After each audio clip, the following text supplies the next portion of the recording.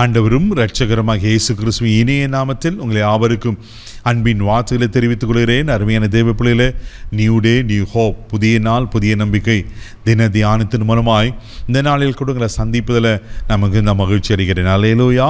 இன்றைக்கு கூட கர்த்தர் நமக்கு கொடுக்கிற வார்த்தை என்ன? வெளிப்படுத்தின விசேஷம் 3ஆம் அதிகாரம் 8வது வசனத்தை கூட வாசிக்க கேட்போம். உன் கிரியைகளை அறிந்திருக்கிறேன், உனக்கு கொஞ்சம் பலன் இருந்தும் நீ என் நாமத்தை மறுதலியாமல் என் வசனத்தை கை கொண்டபடியினாலே இதோ திறந்த வாசலை உனக்கு முன்பாக வைத்திருக்கிறேன், அதை ஒருவனும் பூட்ட மாட்டான். அல்லேலூயா, அல்லேலூயா. இதோ உனக்கு முன்பாக நான் திறந்த வாசலை வைத்திருக்கிறேன், ஒருவனும் அதை பூட்ட மாட்டான். தேவ பிள்ளைகளே, ஒருவேளை என்ன வாசல் உங்களுக்கு திறக்கணும்னு காத்து கொண்டிருக்கிறீங்க? கற்பத்தின் வாசல் திறக்கப்படணும், வேலையின் வாசல் திறக்கப்படணும், ப்ரமோஷன் வாசல் திறக்கப்படணும், விசா வாசல் திறக்கப்படணும், திருமண வாசல் திறக்கப்படணும்னு ஒருவேளை பலவிதமான நன்மையான வாசல்கள் திறக்கணும்னு நீங்கள் எதிர்பார்த்து கொண்டிருக்கீங்களா? இன்னைக்கு ஆண்டவர் சொல்கிறாரு, உன் கிரியைகளை அறிந்திருக்கிற. ஆமென். நீங்கள் ஆண்டருக்காக எடுத்துக்க பாருங்கள். சின்ன சின்ன சின்ன எஃபர்ட்டு, அதிகாலையில் ஜெபம் பண்ணுறது, ஆண்டு சமூகத்தில் காத்திருந்து உபவாசம் இருக்கிறது. ஆண்டரே, உங்களை தவிர நான் யார் இடத்துல ஆண்டரை போவேன், உங்கள் கழுத்தனப்பா எனக்கு நன்மை வரணும், எல்லாவற்றையும் ஆண்டவரை டிபெண்ட் பண்ணி ஆண்டவரை சார்ந்து வாழ்ந்து தெய்வ பிள்ளையில ஆண்டவரையே உறுதியாக பற்றி கொண்டீங்களே, அதெல்லாம் அவர் மறந்து போகிறதுக்கு அநீதி உள்ள தெய்வன் அல்ல. ஆண்டவர் சொல்கிறாரு, உன் கிரியைகளை அறிந்திருக்கிற, உனக்கு கொஞ்சம் பலன் இருந்தோம் என் நாமத்தை மறுதலியாமல் என் வசனத்தை கை கொண்டபடினால, என் வார்த்தையை நீ பிடித்து கொண்டபடினால, என்னை விசுவாசித்தபடினால நான் என்ன நினைக்கிறேன், உனக்கு திறந்த வாசலை வைக்கிறேன். ஹல்லேலூயா. இன்றைக்கி தேவ மனுஷனாக நம்ம சொல்கிறேன், இன்றைக்கி கர்த்தர் நமக்கு கொடுக்குற வார்த்தை, ஆமென், ஆண்டவர்கள் வாசலில் திறக்க போகிறார். தேவ பிள்ளையில் அதே வெளிப்படுத்தல் 3:7 வாசிப்பீங்கன்னா இன்னும் ஒரு அழகாக அங்கே சொல்லப்பட்டிருக்கோம். வாசிக்க கேட்போம்.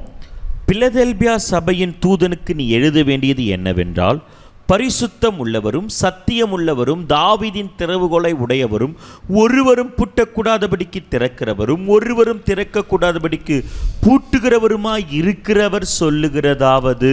பாருங்க, இதோ உனக்கு முன்பாக திறந்த வாசலை வைக்கிறேன். யார் சொன்னது? அவர் எப்படிப்பட்டவர்? ரொம்ப அழகாக சொல்லப்பட்டிருக்கு.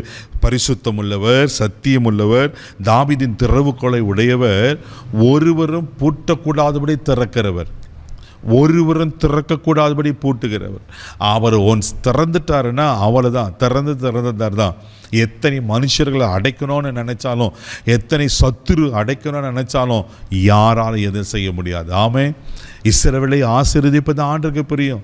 கர்த்தர் உங்களுக்கு அந்த நன்மையை கொடுக்கணும்னு திட்டம் பண்ணிட்டார்னா, ஆமென், தேவ பிள்ளையில அவர் நிச்சயமாக அதை கொடுப்பார். ஆமென். நன்மையின் தேவன் கர்த்தர் நன்மையானதை தருவார் தானே வசனம் சொல்லுகிறது. அவர் நன்மை செய்கிறவராய் சுற்றி திறந்தாரா? அப்போ உங்களுக்கு என்ன வாசல் வேணுமோ திறக்கப்படணுமோ ஆண்டவருக்கு தெரியாதா?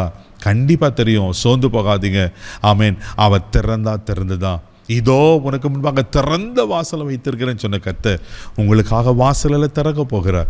அவர் நிச்சயமாக உங்களுக்கு அற்புதங்களை செய்வார். தயவுப்பிள்ளையில் என்னென்ன வாசல் அடைக்கப்பட்டிருக்கிறது இப்போ நான் ஜெபம் பண்ண போகிறோம். இன்றைக்கு நான் விசுவாசிக்கிற கர்த்தர் உங்கள் வாசலில் திறந்து உங்களை ஆசீர்வதிக்க உண்மையில் இருக்கிறார். ஆமென்.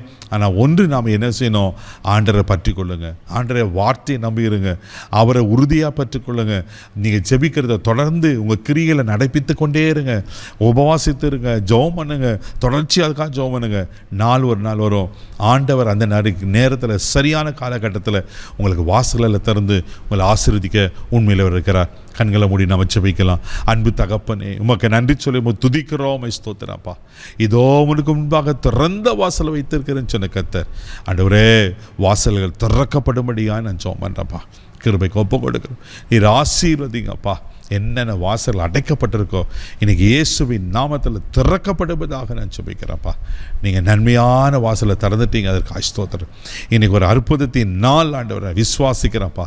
அற்புதங்களை காணச்சு ஆசீர்வதி. இந்த நாள் முழுதும் கரம் பெற்று நடத்தும், பாதுகாத்து எல்லா தீங்குக்கு விலைக்கு காத்து வரும். இயேசுவின் மூலம் ஜெபம் கேளும் பிதாவே, ஆமென். அவர் வாசலை திறந்துட்டார். தைரியமாக போங்க. God bless you.